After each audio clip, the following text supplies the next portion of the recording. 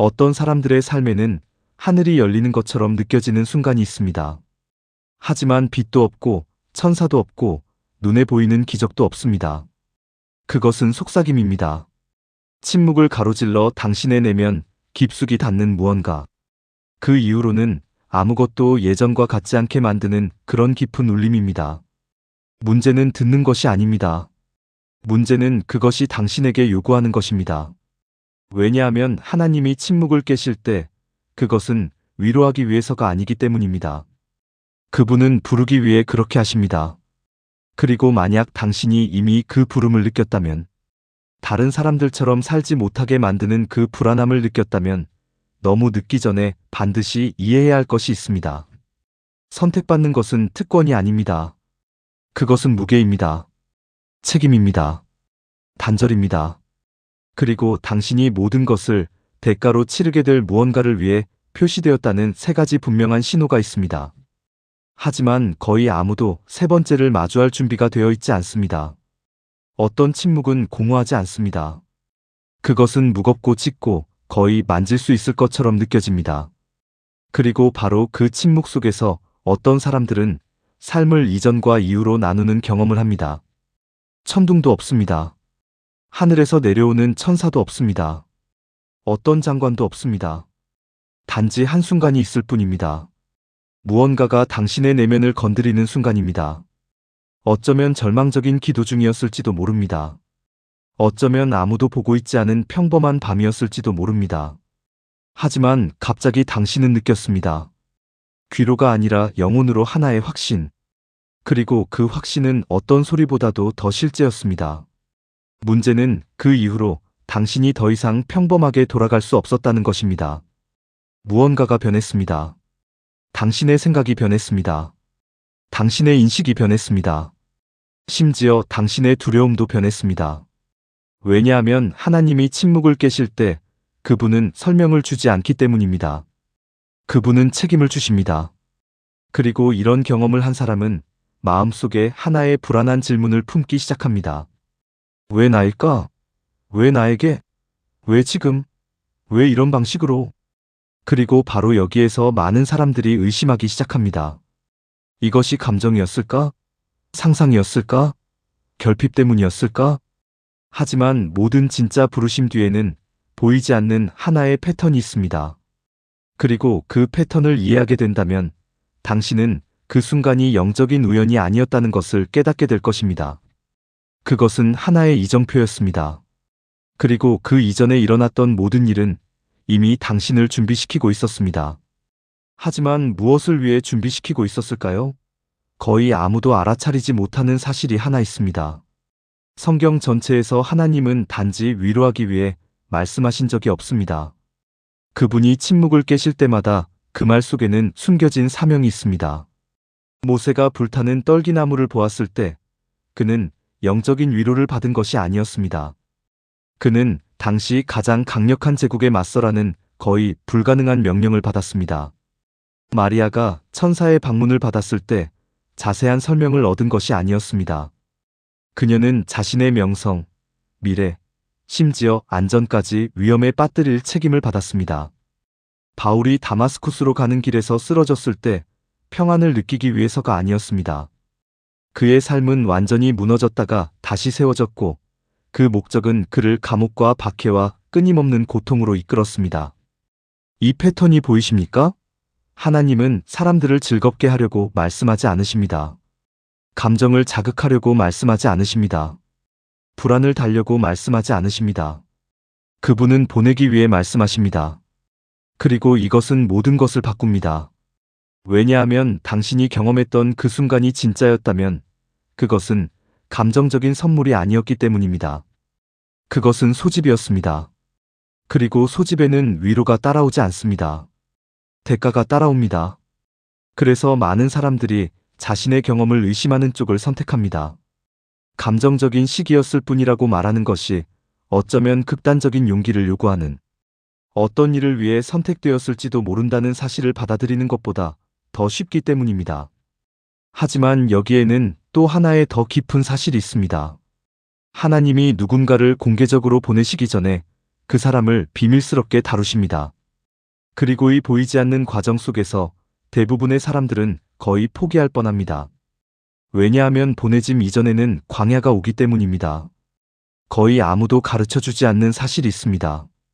부르심은 당신이 그 음성을 들었을 때 시작되는 것이 아닙니다. 훨씬 이전에 시작됩니다. 당신이 이해하지 못했던 상실 속에서 시작됩니다. 설명 없이 닫혀버린 문들 속에서 시작됩니다. 이상하게 끝나버린 관계들 속에서 시작됩니다. 완벽해 보였지만 무너져버린 기회들 속에서 시작됩니다. 당신은 잊혀지고 있다고 생각했을지 모르지만 사실은 다듬어지고 있었습니다. 모든 영적인 활성화 이전에는 보이지 않는 과정이 존재합니다. 하나님은 목적을 즉흥적으로 만들지 않으십니다. 그 목적의 무게를 감당할 수 있는 내면의 구조를 먼저 세우십니다. 그리고 그것은 아픕니다. 왜냐하면 성품을 세우는 일은 교만을 부수는 일을 요구하기 때문입니다. 불안을 직면하게 하기 때문입니다. 오래된 상처를 드러내기 때문입니다. 익명 속에서 정체성이 단련됩니다. 침묵 속에서 인내가 만들어집니다. 좌절 속에서 의존이 배워집니다. 당신은 그것을 지연이라고 부릅니다. 하나님은 그것을 준비라고 부르십니다. 어쩌면 당신은 왜 자신의 삶이 다른 사람들보다 더 느리게 흘러가는 것처럼 느껴졌는지 오랫동안 궁금해했을지도 모릅니다. 왜 아무도 보지 못하는 싸움을 겪어야 했는지, 왜 외로움이 당신의 발걸음을 따라다니는 것처럼 느껴졌는지. 하지만 그 이유가 있습니다. 큰 부르심에는 깊은 기초가 필요합니다. 그리고 공개적인 사명을 맡기 전에 하나님은 당신의 충성을 은밀한 곳에서 시험하십니다. 바로 여기에서 많은 사람들이 포기합니다. 그 과정이 영광스럽게 보이지 않기 때문입니다. 그것은 광야처럼 보입니다. 그리고 그것이 바로 첫 번째 신호입니다. 만약 당신이 선택되었다면 당신의 이야기 속에는 거의 피할 수 없는 하나의 흔적이 있습니다. 주변에 누구도 이해하지 못했던 광야입니다. 그것은 단순히 힘든 시기가 아니었습니다. 길고 조용하고 종종 외로운 계절이었습니다. 당신이 없어서는 안 된다고 생각했던 것들을 잃어버린 시간. 사람들이 멀어졌습니다. 계획이 무너졌습니다. 기대가 사라졌습니다. 그리고 모든 사람이 평범하게 삶을 살아가는 동안 당신은 더 깊은 무언가를 지나가고 있다는 느낌을 받았습니다. 거의 수술처럼 정밀한 과정이었습니다. 광야는 시끄럽지 않습니다. 목적을 선언하지도 않습니다. 그저 제거할 뿐입니다. 산만함을 제거합니다. 의존을 제거합니다. 환상을 제거합니다. 모세는 한 나라를 해방시키기 전에 수십 년 동안 이름 없이 살았습니다. 요셉은 이집트를 다스리기 전에 배신당하고 팔려가고 잊혀졌습니다. 다윗은 왕으로 기름 부음을 받았지만 동굴에 숨어 살아야 했습니다. 심지어 예수님도 사역을 시작하기 전에 40일 동안 고립을 겪으셨습니다. 이 패턴은 부정할 수 없습니다. 영향력 이전에는 고립이 옵니다. 권위 이전에는 낮아짐이 옵니다. 사명 이전에는 정결함이 옵니다. 광야는 아무도 박수치지 않을 때 당신이 누구인지 드러냅니다. 그리고 아마 가장 어려운 점은 그 과정 동안 하나님이 침묵하고 계신 것처럼 느껴진다는 것입니다.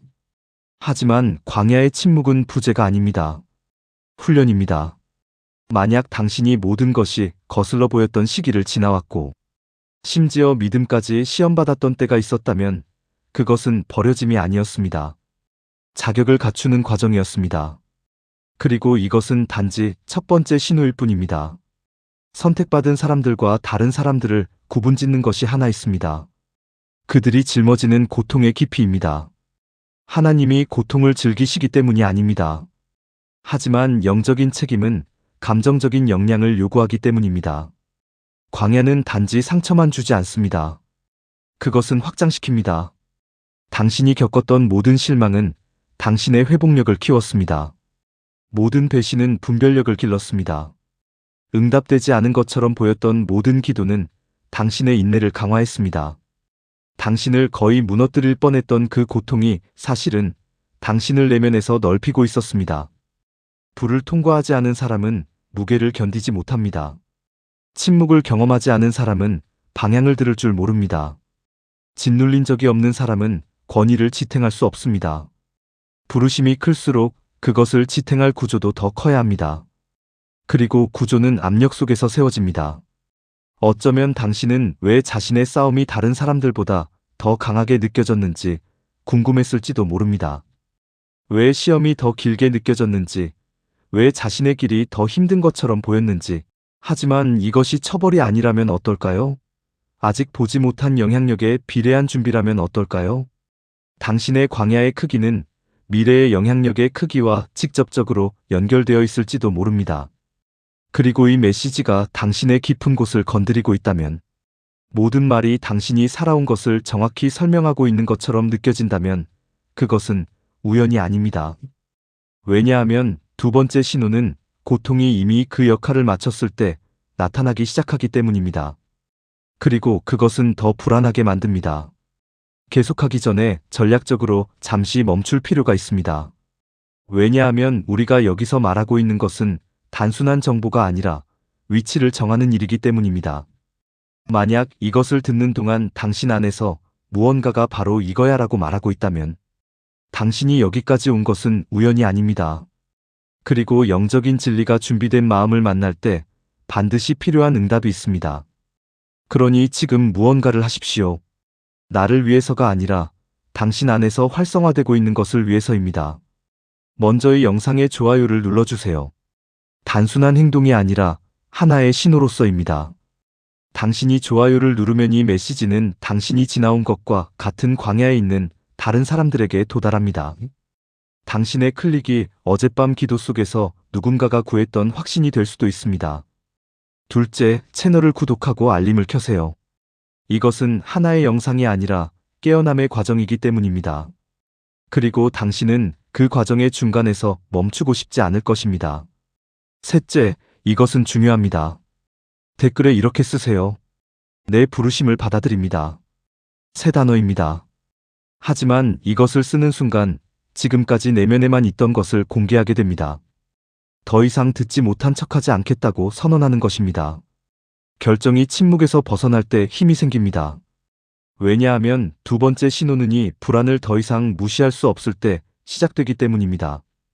그리고 그것은 당신을 다른 방식으로 흔들 것입니다. 두 번째 신호는 외부에서 일어나지 않습니다. 당신 주변에서 일어나는 것이 아닙니다. 당신 안에서 일어납니다. 지속적인 불안함입니다. 조용하지만 끈질깁니다. 모든 것이 괜찮아 보일 때조차 당신 안에 무언가는 그것으로 충분하지 않다고 말합니다. 삶이 안정되어 있을 때조차 어딘가 맞지 않는 느낌이 있습니다. 마치 당신이 살고는 있지만 정확히 맞는 자리에 있지는 않은 것처럼 느껴집니다. 당신은 그것을 무시하려 합니다. 주의를 돌리려 합니다. 그저 야망이거나 평범한 불만일 뿐이라고 스스로를 설득하려 합니다. 하지만 사라지지 않습니다. 세상이 조용해진 새벽에 나타납니다. 당신이 다르게 생각하고 있다는 것을 깨닫는 평범한 대화 속에서 떠오릅니다. 불이나 놓쳐버린 기회 혹은 사람들이 자신이 될 수 있었던 것보다 너무 작은 삶에 묶여있는 모습을 볼 때 더 강해집니다. 이 불안함은 평범한 불안이 아닙니다. 아직 이루어지지 않은 비전입니다. 잠언은 비전이 없으면 백성이 방황한다고 말합니다. 그러나 비전이 있을 때는 그것이 이루어질 때까지 불편함이 존재합니다. 그리고 이것이 선택받은 사람들의 특징입니다. 그들은 안주할 수 없습니다. 편안함이 감옥이 됩니다. 일상이 짐이 됩니다. 평범함이 숨막히기 시작합니다. 왜냐하면 당신 안에는 태어나려고 압박하는 무언가가 있기 때문입니다. 그리고 그것을 무시할수록 더 강해집니다. 하지만 이 불안함에는 피할 수 없는 부작용이 있습니다. 그것은 당신과 더 적은 것에 만족하는 사람들 사이에 거리를 만들기 시작합니다. 그리고 바로 여기에서 세 번째 신호가 나타나기 시작합니다. 비전이 당신 안에서 자라기 시작하면 피할 수 없는 일이 일어납니다. 당신은 점점 어딘가에 속하지 않는 것처럼 느끼기 시작합니다. 자신이 더 낫다고 생각해서가 아닙니다. 단지 더 이상 작게 생각할 수 없기 때문입니다. 예전에는 평범했던 대화들이 이제는 피상적으로 느껴집니다. 예전에는 편안했던 환경들이 이제는 제한적으로 느껴집니다. 다른 사람들을 만족시키는 목표들이 더 이상 당신을 만족시키지 않습니다. 그리고 이것은 고립을 만들어냅니다. 반드시 물리적인 것은 아닙니다.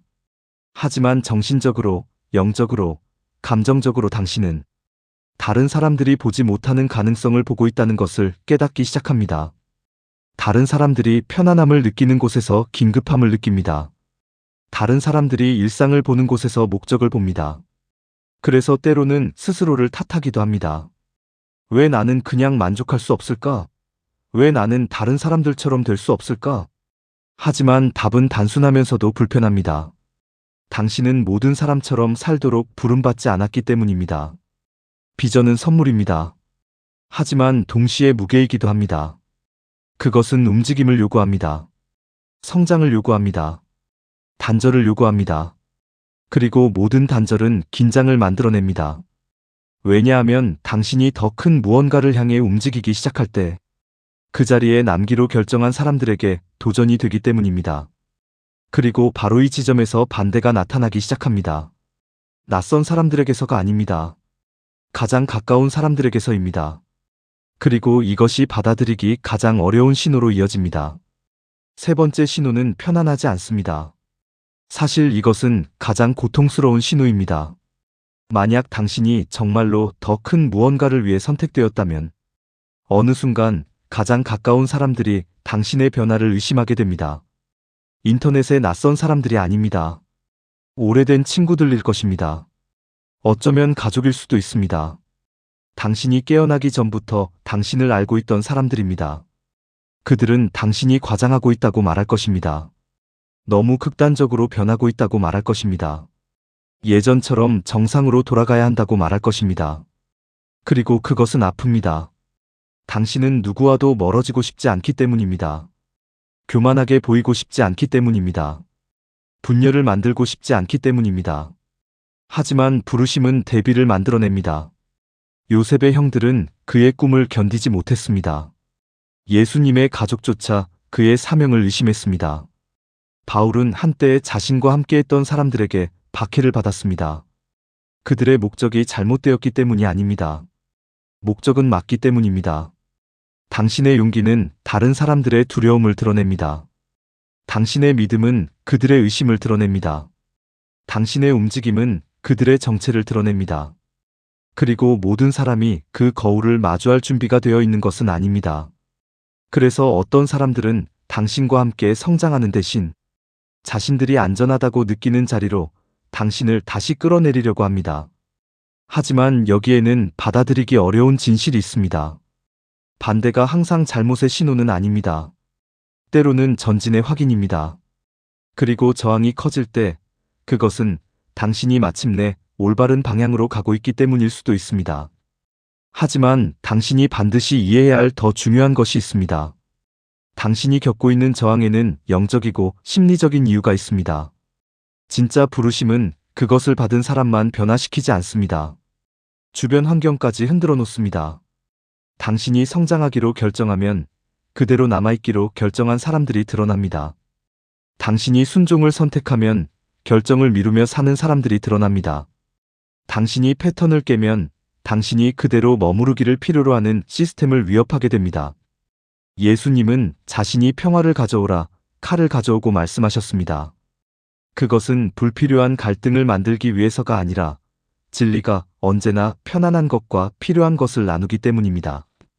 그리고 누군가가 목적을 가지고 살기로 결정할 때마다 보이지 않는 선이 그어집니다. 어떤 사람들은 영감을 받습니다. 어떤 사람들은 불편함을 느낍니다. 문제는 대부분의 사람들이 영적인 변화를 겪는 것보다 감정적인 안정에 머무르기를 더 원한다는 것입니다. 그들은 가까이 있고 싶어 합니다. 당신이 너무 많이 변하지 않는 한에서만. 하지만 목적은 변화를 요구합니다. 그리고 변화는 불편함을 만듭니다. 아마 당신은 다른 시선을 느꼈을지도 모릅니다. 미묘한 말들, 조언처럼 들리는 농담들, 줄어든 초대, 어색해진 대화들. 이것은 우연이 아닙니다. 움직임은 마찰을 만듭니다. 그리고 마찰은 힘이 작용하고 있다는 신호입니다. 아무도 당신의 변화를 반응하지 않는다면 어쩌면 그 변화는 아직 충분히 깊지 않을 수도 있습니다. 왜냐하면 당신이 자신의 진짜 자리를 차지하기 시작할 때 환경은 다시 정렬되어야 하기 때문입니다. 그리고 이것은 더 무거운 진실로 이어집니다. 당신의 부르심은 단지 영감을 주는 것이 아닙니다. 그것은 피할 수 없는 것입니다. 여기서 많은 사람들이 듣기 싫어하는 부분이 있습니다. 만약 하나님이 정말로 당신을 부르셨다면 그것은 가벼운 초대가 아닙니다. 그것은 지정입니다. 기회와 책임 사이에는 차이가 있습니다. 기회는 무시할 수 있습니다. 하지만 책임은 그렇지 않습니다. 내면의 결과 없이 무시할 수 없습니다. 당신은 편안한 삶으로 돌아가려고 시도할 수도 있습니다. 아무 일도 없었던 것처럼 행동할 수도 있습니다. 일, 오락, 관계, 개인적인 목표로 스스로를 분산시킬 수도 있습니다. 하지만 항상 어딘가 맞지 않는 느낌이 남습니다. 성공은 의미를 대신할 수 없습니다. 성취는 목적을 대신할 수 없습니다. 박수는 정열을 대신할 수 없습니다. 당신은 훌륭한 경력을 쌓을 수 있습니다. 그런데도 설명할 수 없는 공허함을 느낄 수 있습니다. 재정적인 안정에 도달할 수 있습니다. 그런데도 자신이 살아야 할 것보다 훨씬 작게 살고 있다는 느낌으로 아침에 눈을 뜰 수 있습니다. 그 공허함은 불평이 아닙니다. 정열이 맞지 않는 것입니다. 요나의 이야기는 이것을 정확하게 보여줍니다. 그는 분명한 방향을 받았지만 도망치기로 결정했습니다. 능력이 없어서가 아니라 사명의 무게가 두려웠기 때문입니다. 한동안은 잘 되는 것처럼 보였습니다. 그는 배에 올라탔습니다. 거리를 만들었습니다. 다른 방향으로 가려고 했습니다. 하지만 당신 안에 있는 것으로부터는 도망칠 수 없습니다. 그리고 부르심을 무시할수록 내면의 갈등은 더 강해집니다. 목적에서 도망치는 것은 평화를 가져오지 않습니다. 폭풍을 가져옵니다. 그리고 피할 수 없는 질문이 생깁니다. 계속 도망친다면 무엇이 일어날까요? 요나는 자신의 부르심과 협상하려 했을 때 어떤 일이 일어나는지 가장 힘든 방식으로 배웠습니다. 폭풍은 그의 바깥에서 시작되지 않았습니다. 그의 안에서 시작되었습니다. 바다는 그의 마음 안에 이미 존재하던 갈등을 반영했을 뿐입니다. 당신이 해야 한다는 것을 알고 있는 일에서 도망칠 때 무언가가 어긋나기 시작합니다. 결정들이 혼란스러워집니다. 평안이 사라집니다. 작은 상황들이 거대한 문제처럼 커집니다. 이것은 유치한 처벌이 아닙니다. 영적인 정렬이 깨진 결과입니다. 요나는 결국 큰 물고기의 뱃속에 들어가게 됩니다. 어둡고 좁고 불편한 곳, 강제로 고립된 공간이었습니다. 그리고 오늘날의 뱃속은 문자 그대로가 아닐 수도 있습니다. 감정적인 탈진일 수도 있습니다. 지속적인 좌절감일 수도 있습니다. 끝나지 않는 반복되는 사이클일 수도 있습니다. 왜냐하면 목적을 무시하면 삶의 색이 사라지기 때문입니다. 그리고 여기서 가장 중요한 부분이 있습니다. 당신의 순종은 결코 당신에게만 영향을 미치지 않습니다. 요나가 마침내 순종하기로 결정했을 때 한 도시 전체가 영향을 받았습니다. 수천 명의 삶이 한 사람이 예라고 말하는 결정과 연결되어 있었습니다. 당신의 예와 연결된 사람은 얼마나 될까요? 당신의 용기에 달린 이야기는 얼마나 될까요? 당신이 느끼는 무게는 어쩌면 당신 자신만에 관한 것이 아닐지도 모릅니다. 아직 도달되지 않은 사람들에 관한 것일지도 모릅니다. 하지만 당신이 도망치기를 멈추는 순간 모든 것이 바뀝니다. 한 단어가 풀려나는 순간 모든 것이 바뀝니다. 그 단어는 단순합니까?